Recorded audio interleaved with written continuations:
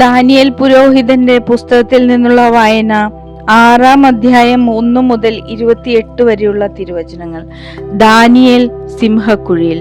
രാജ്യം ഭരിക്കാൻ അതിന്റെ എല്ലാ ഭാഗങ്ങളിലുമായി 120 പ്രധാന ദേശാധിപന്മാരെ നിയമിക്കുന്നത് നല്ലതാണെന്ന് ദാരിയൂസിന് തോന്നി. അവരുടെ മേൽ 3 തലവന്മാരെയും അവൻ നിയമിച്ചു.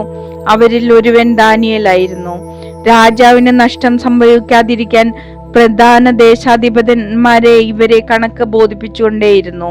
അത്ഭുതകരമായ ദൈവിക ചൈതന്യം ഉണ്ടായിരുന്നത് കൊണ്ട് ദാനിയേൽ മറ്റെല്ലാ തലവന്മാരെയും പ്രധാന ദേശാധിപന്മാരെയും കാൾ ശ്രേഷ്ഠനായി തീർന്നു. തന്റെ രാജ്യം മുഴുവന്റെയും അധികാരിയായി അവനെ നിയമിക്കാൻ രാജാവ് ആലോചിച്ചു. അപ്പോൾ തലവന്മാരും പ്രധാന ദേശാധിപന്മാരും ദാനിയേലിന്റെ മേൽ രാജദ്രോഹ കുറ്റം ആരോപിക്കാൻ പഴുതു നോക്കി. പരാതിക്ക് മതിയായ കാരണമോ കുറ്റമോ കണ്ടെത്താൻ അവർക്ക് സാധിച്ചില്ല. എന്തെന്നാൽ അവൻ വിശ്വസ്തനായിരുന്നു, ഒരു കുറ്റവും അവർ അവനിൽ കണ്ടില്ല. അപ്പോൾ അവർ പറഞ്ഞു, ഈ ദാനിയേലിൽ അവന്റെ ദൈവത്തിന്റെ നിയമത്തെ സംബന്ധിച്ചല്ലാതെ മറ്റ് പരാതിക്ക് കാരണം കണ്ടെത്താൻ നമുക്ക് കഴിയുകയില്ല. ഈ തലവന്മാരും പ്രധാന ദേശാധിപന്മാരും തമ്മിൽ ആലോചിച്ചുറച്ച് രാജാവിന്റെ അടുത്തെത്തി പറഞ്ഞു, ദാരിയൂസ് രാജാവ് നീണാൽ വാഴട്ടെ. എല്ലാ തലവന്മാരും സ്ഥാനപതികളും പ്രധാന ദേശാധിപന്മാരും ഉപദേശകരും നാടുവാഴികളും ഒരു കാര്യം തീരുമാനിച്ചിരിക്കുന്നു. രാജാവേ, അടുത്ത 30 ദിവസത്തേക്ക് നിന്നോടല്ലാതെ മറ്റേതെങ്കിലും ദേവന്മാരോടോ മനുഷ്യരോടോ പ്രാർത്ഥിക്കുന്നവനെ സിംഹങ്ങളുടെ കുഴിയിൽ എറിഞ്ഞു കളയുമെന്ന് ഒരു കൽപ്പന പുറപ്പെടുവിച്ച് നിരോധനം ഏർപ്പെടുത്തണം. രാജാവേ, മേദ്യക്കാരുടെയും പേർഷ്യക്കാരുടെയും നിയമം അനുസരിച്ച് മാറ്റം വരുത്തുകയോ ലംഘിക്കുകയോ ചെയ്യാനാവാത്ത ആ നിരോധനാജ്ഞ മുദ്രവെച്ച് സ്ഥിരീകരിക്കണം. ദാരിയൂസ് നിരോധനാജ്ഞയിൽ മുദ്രവെച്ചു. രേഖയിൽ മുദ്രവെച്ചിരിക്കുന്നെന്ന് അറിഞ്ഞ ദാനിയേൽ സ്വഭവനത്തിലേക്ക് പോയി. വീടിന്റെ മുകളിലത്തെ നിലയിൽ ജെറുസലേമിന് നേരെ തുറന്നു കിടക്കുന്ന ജാലകങ്ങൾ ഉണ്ടായിരുന്നു. താൻ മുമ്പ് ചെയ്തിരുന്നത് പോലെ അവൻ അവിടെ ദിവസേന 3 പ്രാവശ്യം മുട്ടിന്മേൽ നിന്ന് തന്റെ ദൈവത്തോട് പ്രാർത്ഥിക്കുകയും നന്ദി പറയുകയും ചെയ്തു. മേൽ പറഞ്ഞ മനുഷ്യർ തീരുമാനിച്ചിരുന്നത് പോലെ ചെന്ന് ദാനിയേൽ തന്റെ ദൈവത്തിന്റെ മുൻപിൽ പ്രാർത്ഥിക്കുന്നതും അപേക്ഷിക്കുന്നതും കണ്ടു. അവർ രാജസന്നിധിയിലെത്തി നിരോധനാജ്ഞയെ പറ്റി പറഞ്ഞു. രാജാവേ, 30 ദിവസത്തേക്ക് നിന്നോടല്ലാതെ ഏതെങ്കിലും ദേവനോടോ മനുഷ്യനോടോ ആരെങ്കിലും പ്രാർത്ഥിച്ചാൽ അവനെ സിംഹങ്ങളുടെ കുഴിയിൽ തള്ളും എന്ന നിരോധനാജ്ഞയിൽ നീ ഒപ്പുവെച്ചിരുന്നില്ലേ? രാജാവ് പറഞ്ഞു, മേദ്യക്കാരുടെയും പേർഷ്യക്കാരുടെയും നിയമം അനുസരിച്ച് അത് തീർച്ചയായും അങ്ങനെ തന്നെ.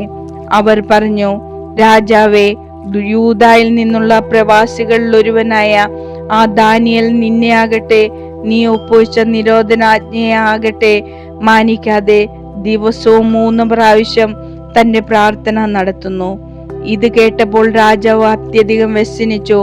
ദാനിയേലിനെ രക്ഷിക്കാൻ മനസ്സിലുറച്ച് അവനെ രക്ഷിക്കുന്നതിന് വേണ്ടി സൂര്യൻ അസ്തമിക്കുന്നത് വരെ അവൻ പരിശ്രമിച്ചു. അപ്പോൾ ആലോചിച്ചുറച്ചു വന്നിരുന്ന ആളുകൾ രാജാവിനോട് പറഞ്ഞു, രാജാവേ, നീ അറിഞ്ഞാലും മേദ്യക്കാരുടെയും പേർഷ്യക്കാരുടെയും നിയമം അനുസരിച്ച് രാജാവ് പുറപ്പെടുവിക്കുന്ന കൽപ്പനയും ശാസനയും മാറ്റിക്കൂടാ. രാജാവ് കൽപ്പിച്ചതനുസരിച്ച് ദാനിയേലിനെ കൊണ്ടുവന്ന് സിംഹങ്ങളുടെ കുഴിയിലേക്ക് എറിഞ്ഞു. രാജാവ് ദാനിയേലിനോട് പറഞ്ഞു, നീ നിരന്തരം സേവിക്കുന്ന നിന്റെ ദൈവം നിന്നെ രക്ഷിക്കട്ടെ. ദാനിയേലിനെ കുറിച്ചുള്ള വിധിക്ക് മാറ്റം വരാതിരിക്കാൻ കുഴി ഒരു കല്ലുകൊണ്ട് അടയ്ക്കുകയും രാജാവിന്റെയും പ്രഭുക്കന്മാരുടെയും മോതിരങ്ങൾ കൊണ്ട് അതിന് മുദ്ര വയ്ക്കുകയും ചെയ്തു. രാജാവ് കൊട്ടാരത്തിലേക്ക് പോയി രാത്രി മുഴുവൻ ഉപവാസത്തിൽ കഴിച്ചുകൂട്ടി. വിനോദങ്ങളെല്ലാം അവൻ പരിത്യജിച്ചു. നിദ്ര അവനെ സമീപിച്ചില്ല. രാജാവ് അതിരാവിലെ എഴുന്നേറ്റ് സിംഹങ്ങളുടെ കുഴിയിലേക്ക് തിടുക്കത്തിൽ ചെന്നു.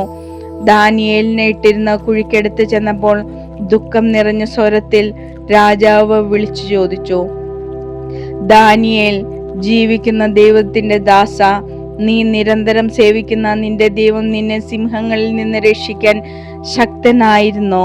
ദാനിയേൽ രാജാവിനോട് പറഞ്ഞു, രാജാവ് നീണാൽ വാഴട്ടെ.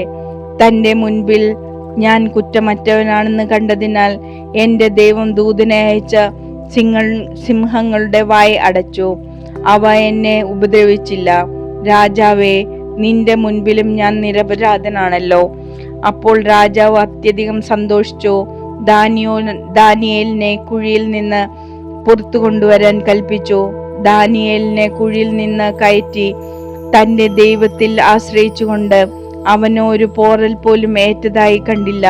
ദാനിയേലിനെ കുറ്റം വിധിച്ചവരെയും അവരുടെ ഭാര്യമാരെയും കുട്ടികളെയും രാജകൽപ്പന പ്രകാരം കൊണ്ടുവന്ന് സിംഹത്തിന്റെ കുഴിയിൽ എറിഞ്ഞു. കുഴിയുടെ അടിയിലെത്തും മുൻപേ സിംഹങ്ങൾ അവരെ അടിച്ചു വീഴ്ത്തി അസ്ഥികൾ ഒടിച്ചു ഞുറുക്കി. ദാരിയൂസ് രാജാവ് ഭൂമുഖത്തുള്ള സകല ജനതകൾക്കും ജനപദങ്ങൾക്കും ഭാഷക്കാർക്കും എഴുതി, നിങ്ങൾക്ക് സമാധാനം സമൃദ്ധമാകട്ടെ. എന്റെ അധികാരത്തിലുള്ള എല്ലാവരും ദാനിയേലിന്റെ ദൈവത്തിന് മുമ്പിൽ ഭയന്ന് വിറയ്ക്കണമെന്നും ഞാൻ വിളംബരം ചെയ്യുന്നു. എന്തെന്നാൽ അവിടുന്നാണ് നിത്യനും ജീവിക്കുന്നതിനുമായ ദൈവം. അവിടുത്തെ രാജ്യം ഒരിക്കലും നശിപ്പിക്കപ്പെടുകയില്ല. അവിടുത്തെ ആധിപത്യത്തിന് അവസാനമില്ല. അവിടുന്ന് രക്ഷിക്കുകയും വീണ്ടെടുക്കുകയും ചെയ്യുന്നു. ആകാശത്തിലും ഭൂമിയിലും അവിടുന്ന് അടയാളങ്ങളും അത്ഭുതങ്ങളും പ്രവർത്തിക്കുന്നു. അവിടുന്നാണ് ദാനിയേലിനെ സിംഹങ്ങളുടെ പിടിയിൽ നിന്ന് രക്ഷിച്ച് ദാരിയൂസിന്റെയും പേർഷ്യക്കാരനായ സൈറസിന്റെയും രാജ്യത്ത് ദാനിയേൽ ഐശ്വര്യപൂർവ്വം ജീവിച്ചു.